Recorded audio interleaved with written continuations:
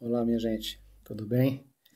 Pessoal, eu estou aqui retomando a questão dos vídeos para poder fazer uma reflexão e, na verdade, tentar fazer um diálogo com as pessoas que ouviram Frei Gilson e ficaram muito espantadas, a outra parte muito animada, e as duas partes, na verdade, no meu ponto de vista, precisavam fazer um diálogo, né, para que a gente possa compreender um pouco o papel de cada um. Eu tenho muito claro que a Igreja Católica tem esse nome por ser universal. Católicos, que vem lá do grego, significa de todos, né? Ou seja, universal. E é por isso que nós precisamos compreender que dentro dessa universalidade existem pensamentos e conceitos dentro da própria estrutura que são muito diversos, muito diversos. Nós temos ritos orientais, nós temos o rito romano, nós temos as perspectivas evangélicas, as perspectivas protestantes, a perspectiva mais recente que é a das igrejas pentecostais e, mais recente ainda, neopentecostais.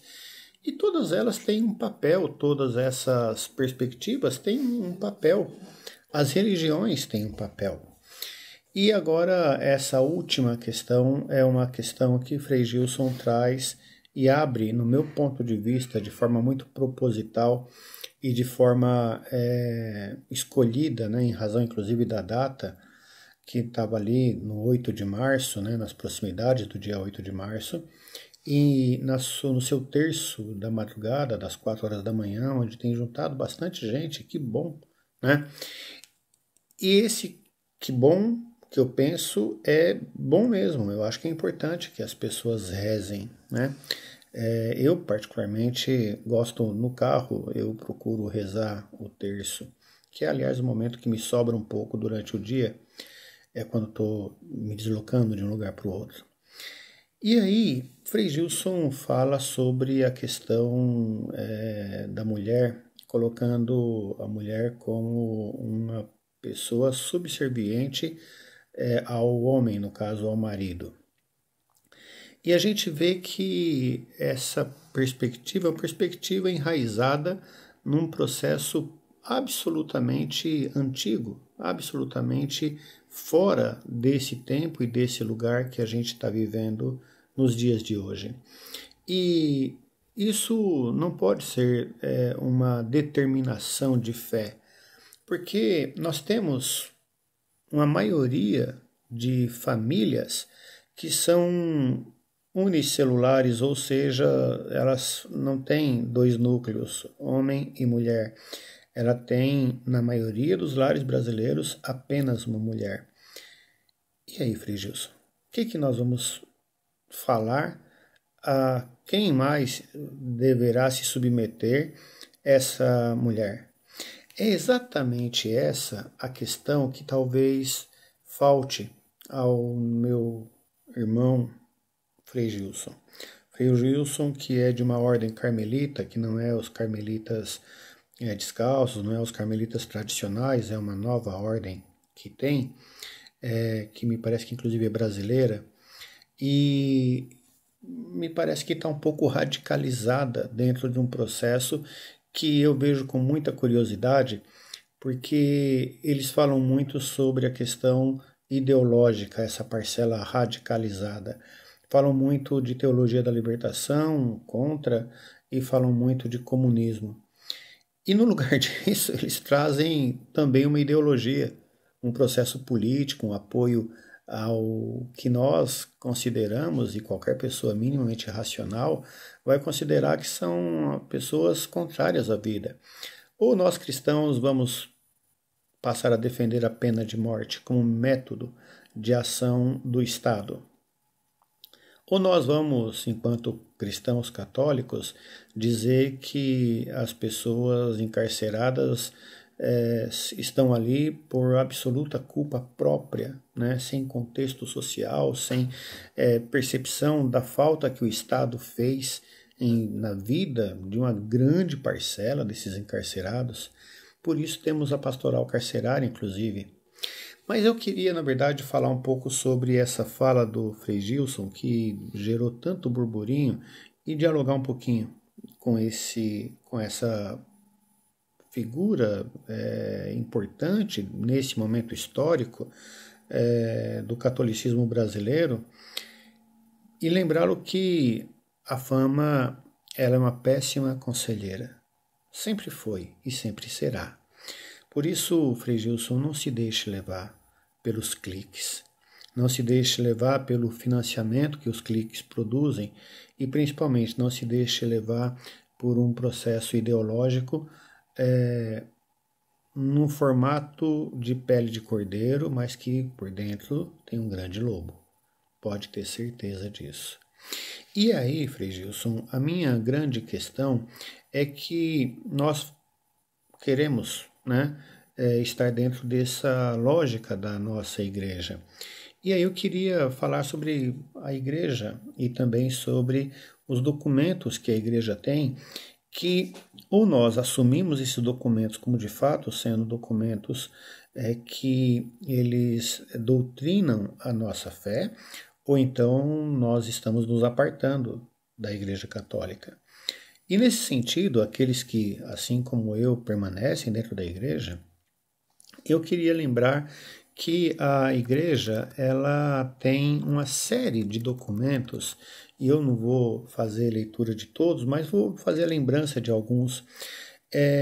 O primeiro e principal documento, talvez, que vá balizar toda essa discussão, é justamente o documento de origem do Concílio Vaticano II, Gaudium et Spes, né? Esse é Alegria e Esperança, né? Um documento lindo, importante, na época que foi escrito, de uma evolução fabulosa dentro da Igreja. E esse documento ele vai falar sobre a Igreja no mundo de hoje. Olha só que coisa fantástica. Porque não dá para pensar na Igreja hoje como se nós estivéssemos no ano de 1200, no Concílio de Trento. Nós não podemos olhar para a Igreja como se nós estivéssemos em Constantinopla. Não é mais a mesma realidade, não é mais o mesmo mundo, não é mais o mesmo lugar. Literalmente não são mais as mesmas pessoas. Não é a mesma cultura. Então não dá para poder tentar dizer que aquilo que passou retornará. Não, não retornará. Nós vamos caminhar para frente.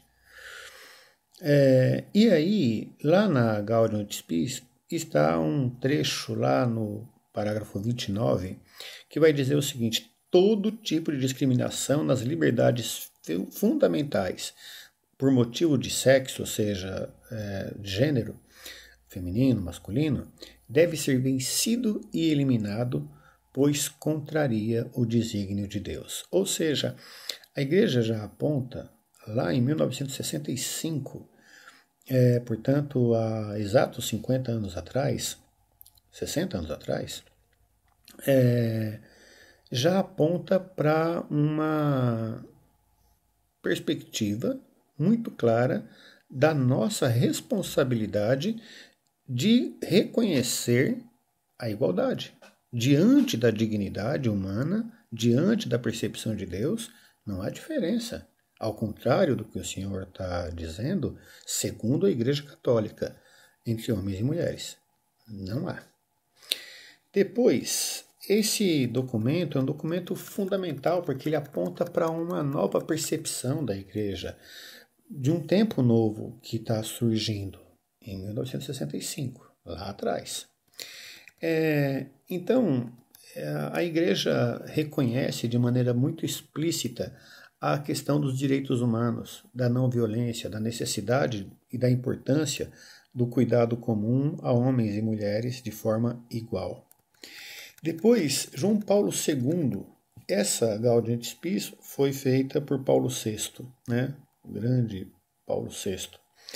E depois, João Paulo II, em 1988, ele vai trazer um documento específico que vai falar sobre a questão das mulheres. Aliás, está precisando de um novo documento. Neste documento, nós temos, chamado Mulheres Dignatem, ele vai trazer uma lógica, como diz o nome, né? A dignidade das mulheres. E vai buscar ali a questão da vocação, da importância da participação das mulheres na vida da igreja, tal. Não toca de jeito nenhum na questão sacerdotal, né, que é uma coisa exclusiva dos homens, tal. E aí tem um ponto que eu acho muito curioso.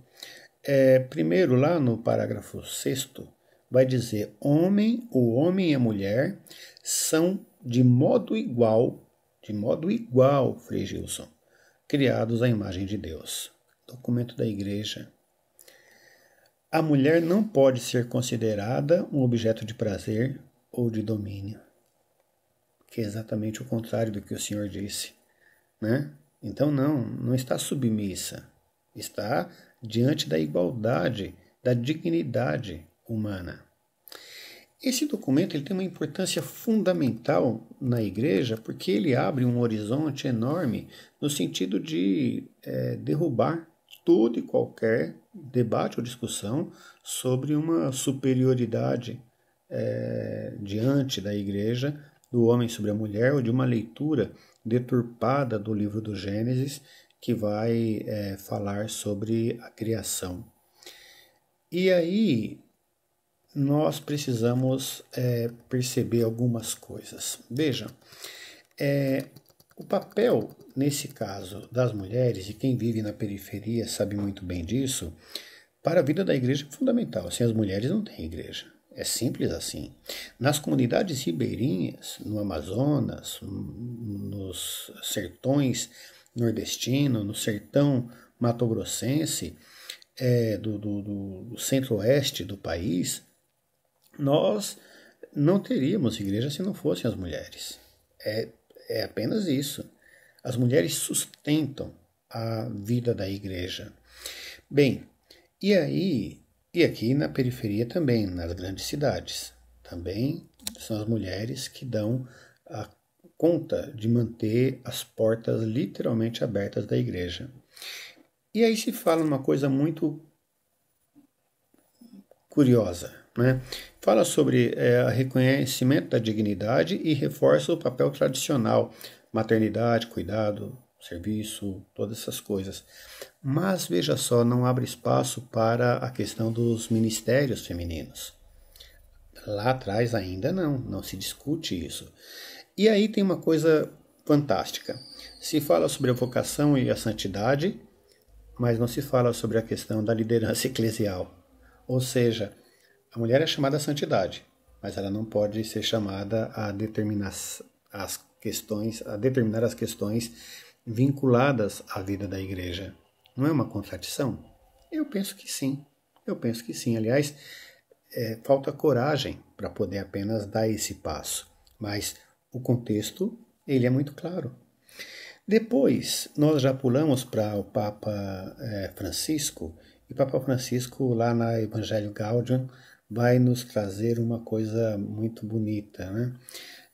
Ele vai direto ao ponto, como é bem típico de Papa Francisco, e fala o seguinte: as reivindicações dos direitos legítimos das mulheres, o querido Frei Gilson, as reivindicações dos direitos legítimos das mulheres não podem ser superficialmente desmentidas. Está lá no parágrafo 104, Evangelho Gaudium. Ainda é necessário ampliar os espaços para uma presença feminina mais incisiva na igreja. É um documento da igreja. Negar esse documento da igreja é negar a autoridade papal. É isso que nós estamos falando? Eu creio que não. Mas, se não ficar claro, fica obscuro. Então, essa lógica é outra lógica que vai reforçar muito esse conceito desse tempo e desse lugar. de mulheres que têm uma vida solitária, uma vida que cuida, aliás, melhor sozinha do que mal acompanhada, não é? E nesse sentido, elas têm um papel de suma importância. Depois, novamente, Francisco nos traz um grande presente para a Igreja da encíclica Fratelli Tutti, um poema escrito em forma de encíclica, e vai falar sobre a fraternidade e a amizade social, né? Essa amizade tão deturpada pela ideologia política da extrema-direita. E aí, lá no parágrafo 23, vai dizer que a organização das sociedades deve garantir que as mulheres não sejam objeto de violência, exploração ou desigualdade.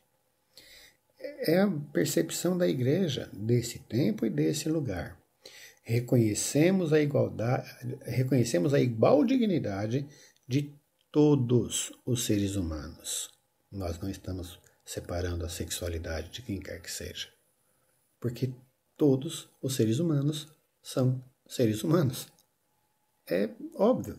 Precisa, então, além de compreender, fazer com que isso seja uma prática. E depois, para finalizar, nós vamos ver ali o compêndio da doutrina social da Igreja.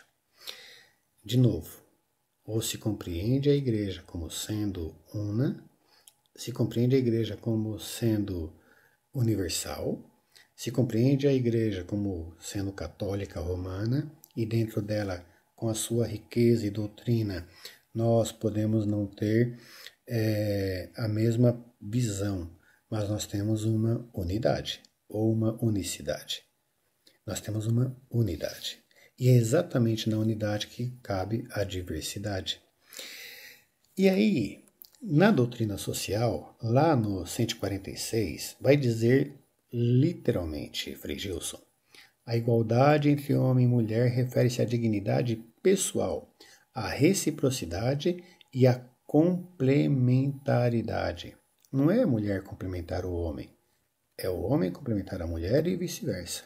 Ou seja, a complementaridade não existe de apenas um lado, é dos dois. Por isso, é fundamental que se reveja, Frei Gilson, essa visão muito deturpada sobre esse papel que o Senhor prega e que lamentavelmente escolheu esse dia para gerar justamente essas questões. Pois bem, e aí, lá no 295 do compêndio da doutrina social da Igreja, vai estar escrito: é necessário reconhecer, garantir e promover a dignidade específica da mulher. Por específica, Frei Gilson, entenda as mulheres como um todo, não apenas as mulheres casadas, mas as mulheres abandonadas, as mulheres que criam sozinhas seus filhos, as mulheres que trabalham e sustentam sua família, as mulheres que não vivem uma vida conjugal, as mulheres que existem, que estão, graças a Deus, por aí e por aqui, e dentro da Igreja. Por isso, eu penso que essa controvérsia é uma controvérsia desnecessária. É uma controvérsia que nós precisamos realmente abrir mão de fazer com que ela seja tônica daquilo que é certo ou errado, porque é absolutamente claro para todos nós qual é o papel que nós temos diante da Igreja. E o papel das mulheres é um papel essencial. Por isso, Frei Gilson, eu convido o senhor a rever essa perspectiva e, a partir dessa revisão, ter a grandeza de poder mostrar, né, o tamanho da sua fé, que é tão bela e que pode ser reconhecida como também às vezes falha. Eu acho que isso faria muito bem a todos nós, né? Eu que admiro e que acho o seu trabalho um trabalho muito bonito, as suas canções são canções que de fato nos fazem refletir, elas precisam vir acompanhadas de uma prática libertadora. Nos ajude, Frei Gilson. Precisamos da sua percepção, da sua sensibilidade e da sua ação exemplar para poder não oferecer às mulheres um espaço de subjugamento, mas um espaço de dignidade. Repense, porque falas como a sua geram muita violência contra as mulheres, muita violência. O senhor não imagina como isso reverbera dentro de algumas casas. O senhor não imagina como isso gera dor e sofrimento às mulheres que não precisam estar submissas a um homem violento. Precisam estar livres para poder amar e cuidar de todos nós. Um abraço, meu irmão. Que Deus te abençoe. Espero que seja compreendido isso como um diálogo. Fique bem.